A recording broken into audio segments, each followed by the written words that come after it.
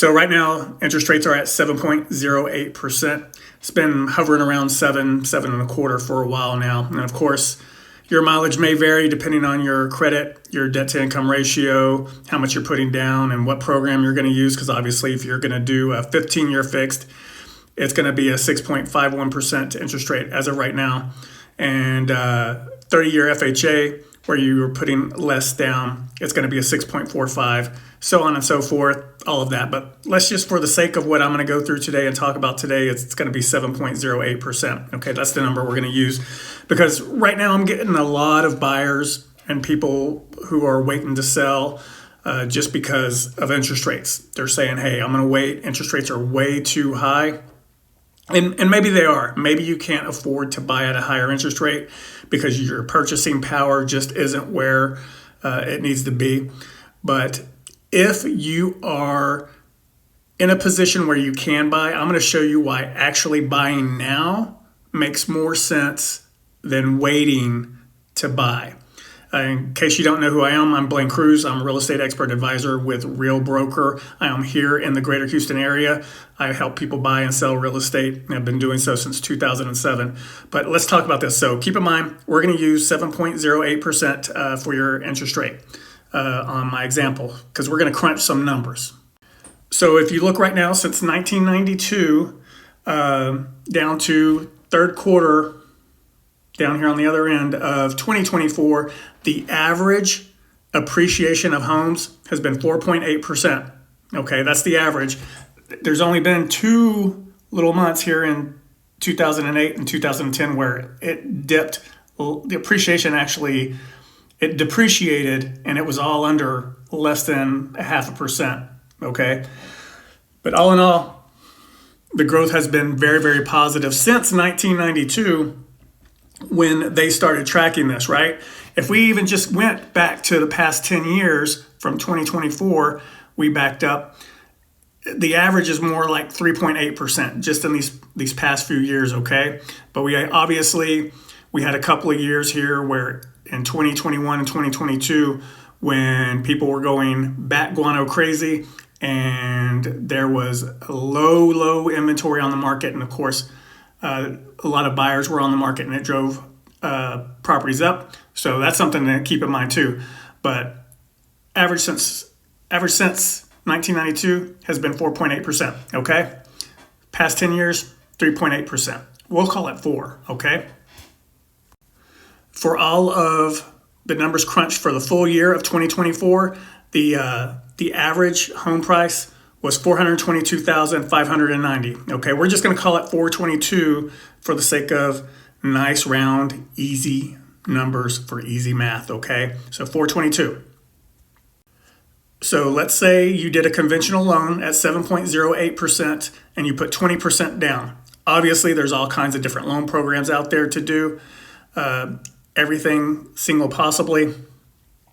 You know, we talked about FHA, conventional with 3%, 10%, 20%, all kinds of stuff. But just for the sake of proving a point here, we're just going to do 20% down payments, okay?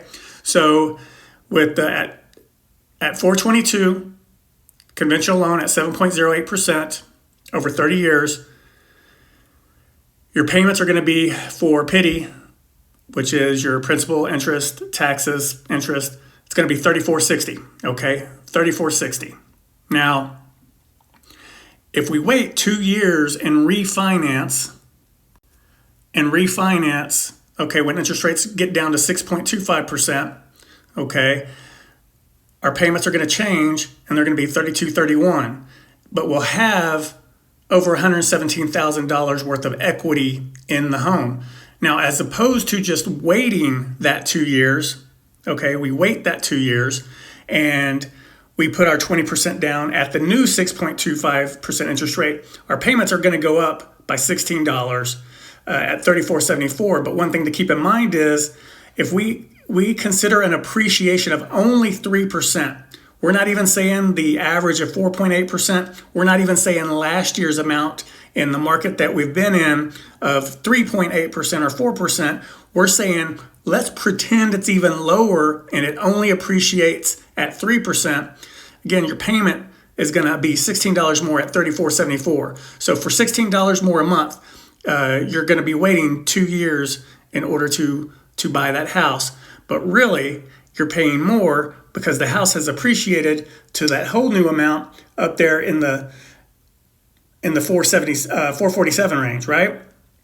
So you're paying more, $34.74, and on top of that, the only equity you're going to have in 2 years is mostly from what your down payment is of that 20%. Because here you're at $89,000 and some change, right? As opposed to having that $117,000 equity balance on your account. And keep in mind, if you're renting, you're already paying a house payment. You're paying your landlord's house payment, and on top of that, you're paying extra money for all the rest of their overhead for maintenance, HOA fees, HOA dues, maintenance fees, any of that stuff. And on top of that, they're going to want a cash flow at minimum a couple of $100 to make it worth their while, right? So you're already making that payment. I would suggest highly that if you can afford and you have the money to buy now, then definitely consider buying now, because you can always refinance. Interest rates, they will change. They'll go down. Your home prices, they're not going to go down. And on top of that, this 3% appreciation assumes that we don't get another market like we did in 2021 and 2022. As interest rates go down, more buyers hit the market.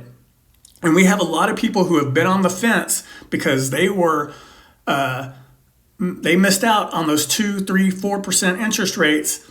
And after going a few years being in the 6s and the 7s, they're going to start pulling the trigger even in the 5s, and we're going to start seeing a lot more activity again, which means a lot more competition, which means that 3% appreciation is actually very, very conservative. It's probably going to be more.